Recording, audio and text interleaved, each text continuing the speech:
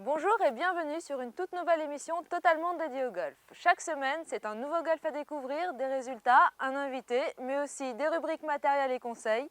C'est une émission qui vous dit tout sur le golf.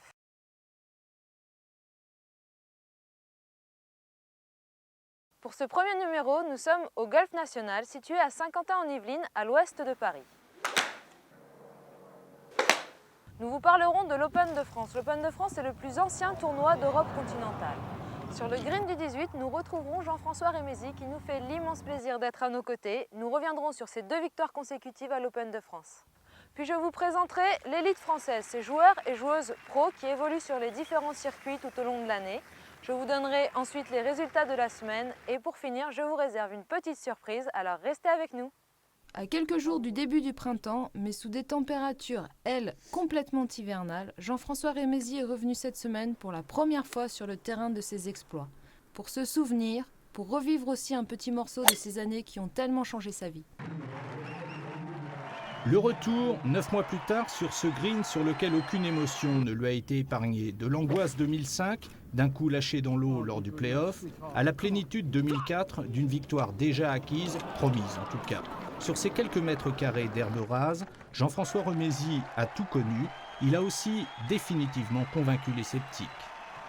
Ce qui est important, c'est de réaliser soi-même ses envies, ses passions et ses désirs. Donc à partir de là, je pense que maintenant, ceux qui n'ont pas cru en moi sont heureux pour moi et c'est ce qui est le plus important. 1999 avait prouvé que Jean-François Rémézy pouvait gagner.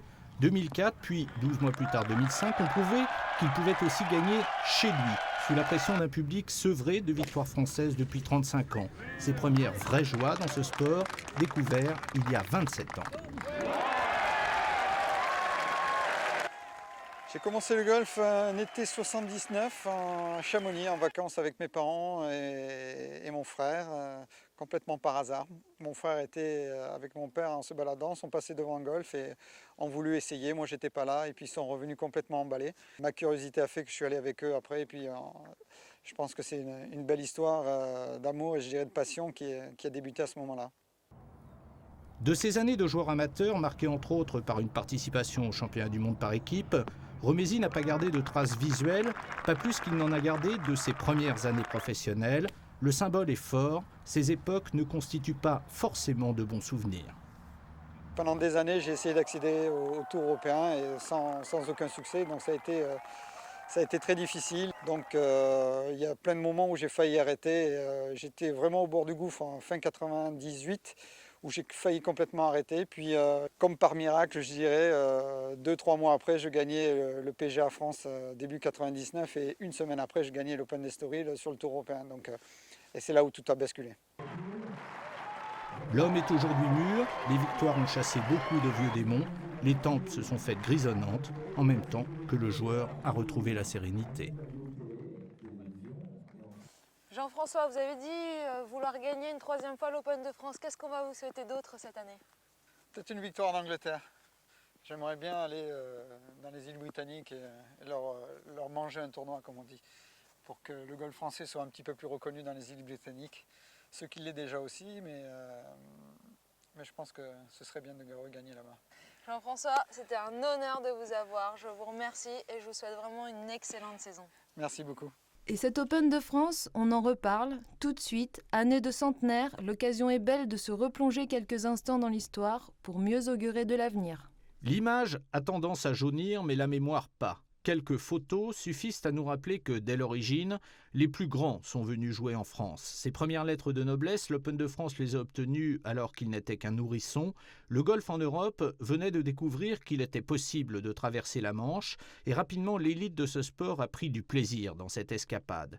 Et ni les changements de date, ni les changements de parcours n'ont freiné l'enthousiasme suscité par l'épreuve. C'est ici, chez eux, que certains des plus grands joueurs français ont aussi écrit les plus belles pages de leur palmarès. Pour ce qui est du succès des Français à l'Open de France, ça nous envoie à l'origine du tournoi en 1906, tournoi remporté par Arnaud Massy à 2 reprises, 1906 et 1907. Ensuite, Marcel d'Allemagne, dans l'entre-deux-guerres, a remporté 3 fois cette épreuve, 3 fois consécutives. Mais au fil des ans, de la professionnalisation de l'épreuve et de l'augmentation des dotations, la réputation de l'Open de France a largement franchi les frontières de l'Europe, jusqu'à faire venir du bout du monde certains de ceux qui font aujourd'hui partie des tout meilleurs joueurs actuels. It's definitely shaping up to be one of our biggest tournaments, and I've always enjoyed the golf course, and that's the main reason why I've flown from the US Open to come here. It really is a fantastic golf course. We normally, touch wood, get pretty good weather, and so I'm looking forward to the week. En 2004, Richard Green venait lui d'Australie pour servir le dernier jour de punching ball à un Jean-François Remézy inarrêtable.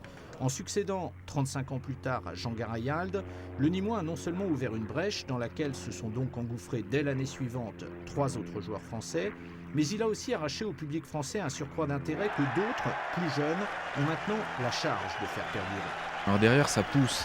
Pour ce qui est des actions entreprises par la fédération, nous intervenons sur la filière du haut niveau, dès l'école de golf, ensuite à travers les stages départementaux, mais aussi les stages régionaux, puis l'accueil dans les pôles de haut niveau, dont le centre national de golf, ici à Guyancourt, Golf National, est un petit peu la tête de réseau.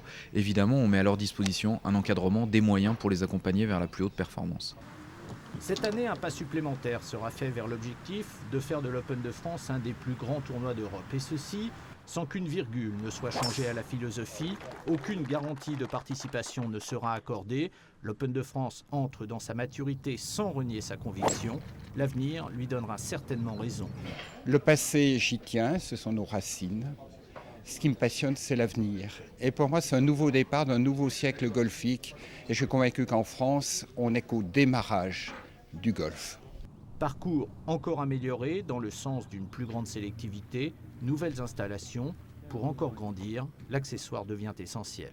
Le golf national n'est pas, comme Roland-Garros, uniquement réservé au tournoi. Il est ouvert toute l'année aux licenciés et on a besoin de les accueillir mieux. Et puis en même temps, à l'Open, comme l'Open prend de l'ampleur, avec ASO, on a des objectifs, des besoins en locaux, en salle de presse, en salle médicale, en préparation. C'est l'objet de ces modifications. Vous pourrez suivre l'Open de France du 29 juin au 2 juillet, ici même au Golf National. Et en attendant, je vous présente l'élite française, ces joueurs et joueurs pros qui évoluent sur les différents circuits.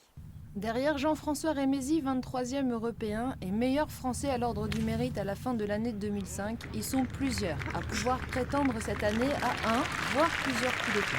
Du type de celui réalisé à Madrid l'an dernier par Raphaël Jacquelin. Victoire intervenue au terme d'une saison, la meilleure de sa carrière, qu'il a vu terminer à 3 reprises dans les 3 premiers et à 5 reprises dans les top 10. Maintenant qu'il a vaincu de vieux démons en parvenant enfin à s'imposer, Raphaël pourrait figurer cette année parmi les tout meilleurs joueurs européens, avec pourquoi pas au bout du putt une participation à la Ryder Cup. 37e au classement européen à la fin de la saison 2005, Raphaël Jacquelin ne devançait que de 8 places, celui contre lequel il avait disputé en play-off, en tout début de saison en Afrique du Sud, Grégory Avray.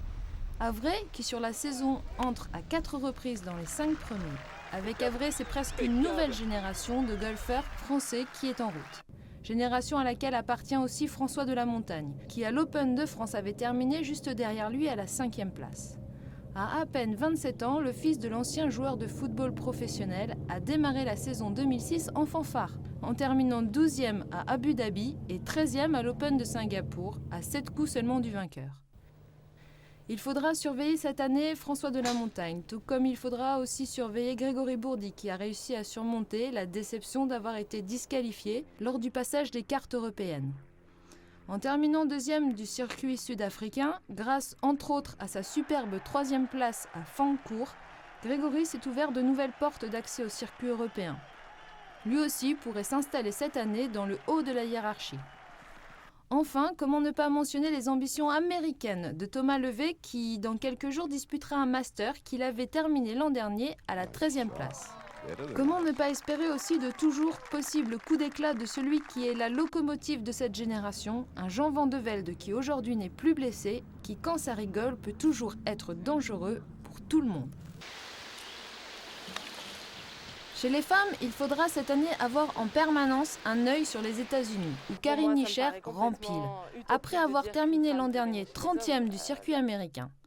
Mais c'est en Europe que Karine a signé ses résultats les plus probants. En s'imposant à Barcelone et en terminant 5e à l'Evian Master, elle termine la saison 11e européenne, complétant un beau tir groupé de Françaises dont 2 terminent dans le top 10. Gladys Nocera, 4e grâce à une fort belle régularité, 3 deuxièmes places.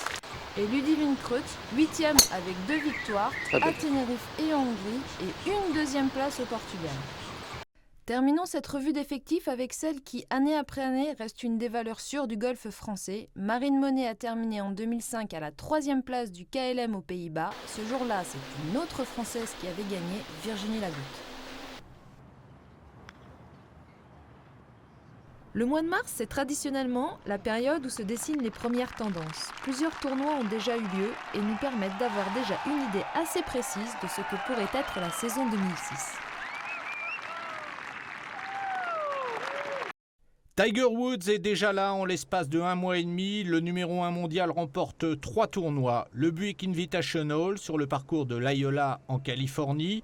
Le Ford Championship à Doral, au bout d'un suspense de 72 trous, une carte de 64, un total de 20 coups sous le par. Et puis, Tiger Woods s'impose aussi au Dubaï Classic en Europe.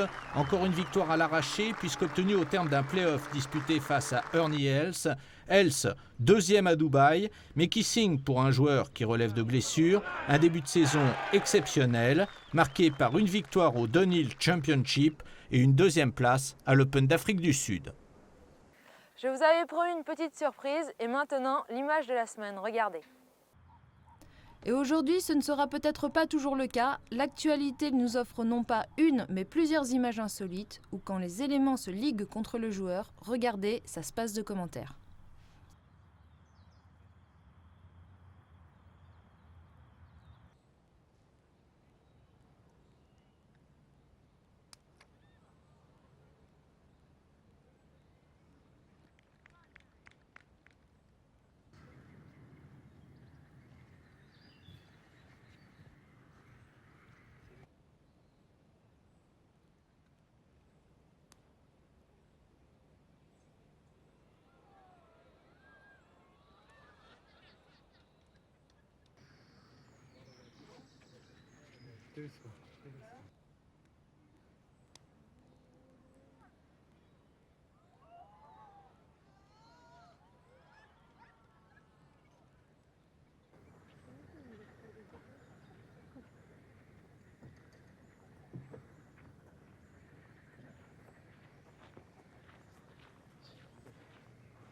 Okay, that's far enough.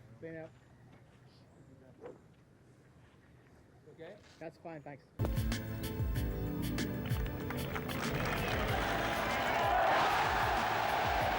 3-2.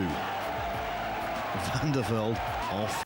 Et oui, c'est déjà terminé. Nous, on se retrouve la semaine prochaine avec Ludivine Kreutz et Gladys Nocera. Elles nous raconteront leur formidable aventure de la Solheim Cup. Nous aurons un reportage sur l'école de golf du Stade français et nous testerons des drivers pour vous. En attendant, n'hésitez pas à suivre les garçons au Johnny Walker Classic en Australie. Nous, on se retrouve la semaine prochaine et en attendant, bonne partie!